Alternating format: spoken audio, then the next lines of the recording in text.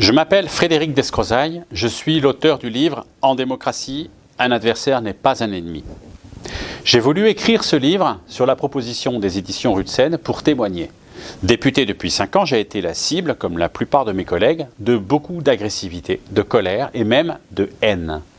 La première fois que j'ai reçu un message dont l'auteur menaçait de me tuer, j'ai ressenti une émotion vive et en même temps une grande perplexité.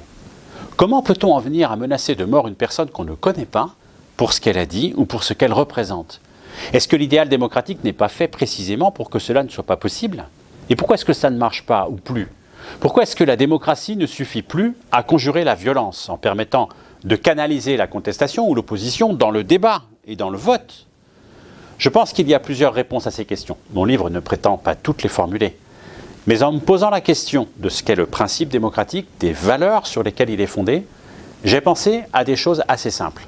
J'ai pensé à un projet que j'ai conduit dans des classes de CM2 tout au long de mon mandat. Un projet qui permet à des enfants de faire l'expérience de l'exercice d'un mandat et de la délibération d'une assemblée représentative. J'ai pensé à ce que j'ai vécu, des rencontres, des affrontements, des échanges de messages qui auraient pu dégénérer en violence incontrôlée alors qu'ils ont laissé entrouverte la porte du dialogue. Et cela m'a fait réfléchir. Que se passe-t-il quand la colère ou la haine cèdent devant la possibilité d'un échange? Qu'est-ce qui est à l'œuvre? C'est cela dont j'ai voulu témoigner.